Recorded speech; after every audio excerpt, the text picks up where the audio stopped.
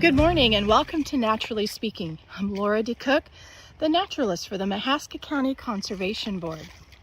Well, it's early November, and in Iowa, if you are a bow hunter, it's a great time to be in the woods because white-tailed deer are moving in the daylight hours more than any other time of the year. On the other hand, if you happen to be driving in Iowa this time of year, it's time to watch out, because we do not want white-tailed deer moving in front of vehicles while we're driving. So what is the cause of all this activity? Well, it's now breeding season, called the rut.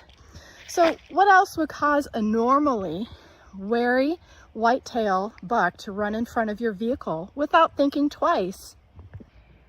The rut generally occurs during the last 7 to 10 days in October and can last into early November. To explain why white-tailed deer go into rut this time of year is because of the decrease in daylight causes hormonal changes in deer.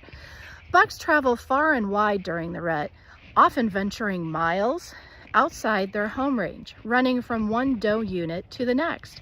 And this is why deer don't bother to look around while crossing roads.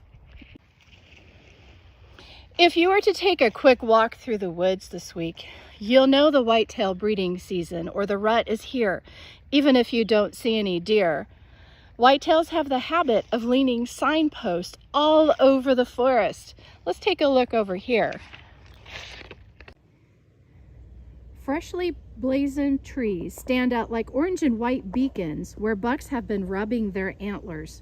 The rubs are easy for us to see, but for a deer, whose nose is as good as a bloodhound's, they're also easy to smell.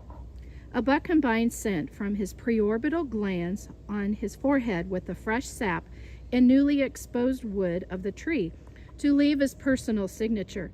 It's kind of like street gangs marking their turf with graffiti.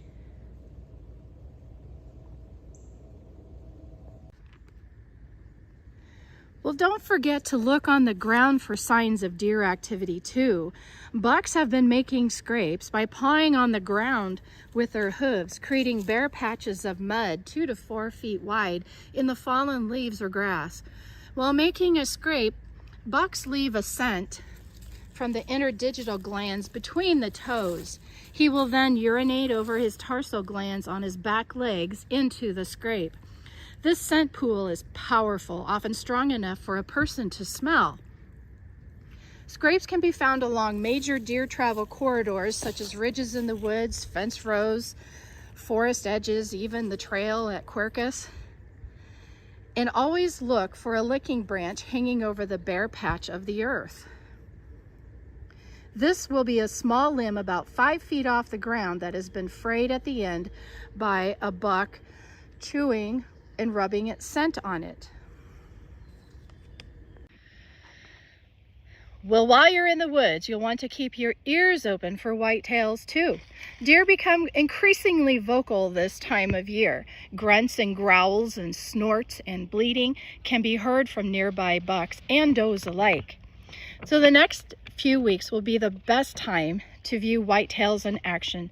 So keep your eyes, your ears, and even your nose out for deer when you're in the woods and driving on the roads this time of year. Well, thanks for joining me today in Mahaska County's great outdoors. I hope you are enjoying the fall season in Mahaska County.